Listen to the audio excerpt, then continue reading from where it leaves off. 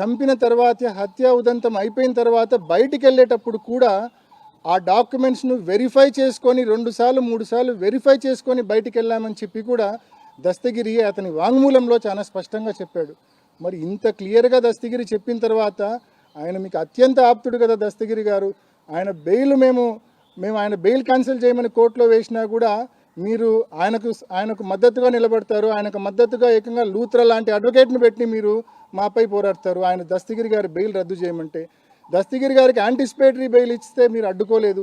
చీటికి మాటికి ప్రతి అంశాన్ని అడ్డుకునే మీరు దస్తగిరి తానే మీ నాన్నను చంపానని చెప్తున్న దస్తగిరి గారికి యాంటిసిపేటరీ బెయిల్ వస్తూ ఉంటే మీరు కనీసం అడ్డుకునే ప్రయత్నం, అబ్జెక్ట్ చేసే ప్రయత్నం కూడా చేయని విషయం కూడా ప్రజలందరూ గమనించారనే విషయం కూడా మనవి చేస్తూ ఉన్నా.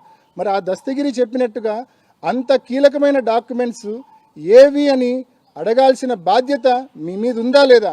ఎందుకు ఆ విషయంలో మీకు ఎందుకు నోరు రావడం లేదు? ఎందుకు అడగడం లేదు మీరు సిబిఐని చెప్పి నేను ప్రశ్నిస్తా ఉన్నా. ఎందుకు మీరు కోర్టును అడగడం లేదు అని చెప్పి నేను ప్రశ్నిస్తా ఉన్నా. మరి ఇన్ని కీలకమైన విషయాలు మీ తల్లి గారేమో సెలవిచ్చి పంపిస్తారు అటెండర్కు, మీ భర్త గారు కూడా సెలవిచ్చి పంపిస్తారు అటెండర్కు. ఆ విషయం మీరు అడగరు. కీలకమైన డాక్యుమెంట్స్ అంటే ఏదైతే డాక్యుమెంట్స్ దోపిడీ ఆ రోజు రాత్రి హత్య జరిగేటప్పుడు జరిగిందో వాటి గురించి మీరు ప్రస్తావించరు. ఇర్రిలవెంట్ ఇష్యూస్ అన్నీ కూడా మాట్లాడి హైలీ రిలవెంట్ ఇష్యూస్ను పూర్తిగా డంప్ చేసే, అంటే పూర్తిగా పక్కదారి పట్టించే